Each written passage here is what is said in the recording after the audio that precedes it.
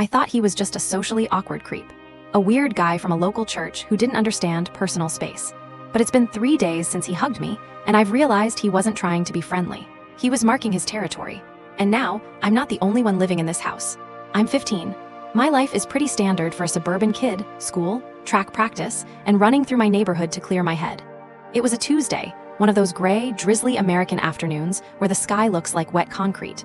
I was wearing an oversized t-shirt and shorts, just trying to get my 3 miles in before the rain really started coming down. That's when I noticed him. He was an Asian guy, maybe late 20s, wearing a windbreaker that was way too light for the weather. He wasn't just running, he was matching my pace. Exactly.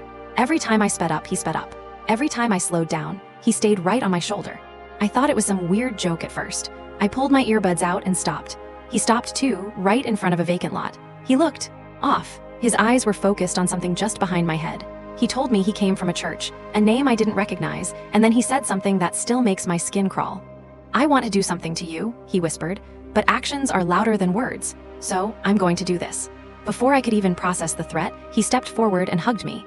It wasn't a normal hug. He was freezing, like he'd been standing in a walk-in freezer for hours. He squeezed me so hard I could hear my own ribs creaking, and he whispered a string of words into my ear that sounded like a language I'd never heard. Wet, rhythmic, and sharp. I shoved him off, muttered a sorry, I'm in a rush, and bolted. I didn't look back. I ran all the way to my house, locked the door, and stayed in the shower for 40 minutes, trying to scrub the smell of stagnant water off my skin.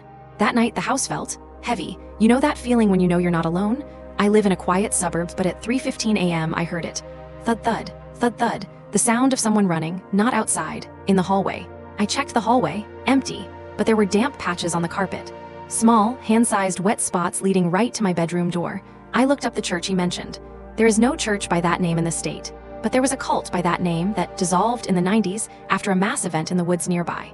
They believed in transferring the burden. I went to the bathroom to splash cold water on my face. I caught my reflection in the mirror and screamed.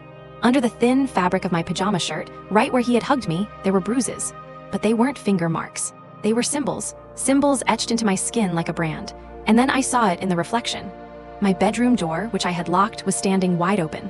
On the floor behind me was his windbreaker, soaking wet. I'm sitting in the corner of my room now, typing this on my phone. My parents won't be home for another 2 hours.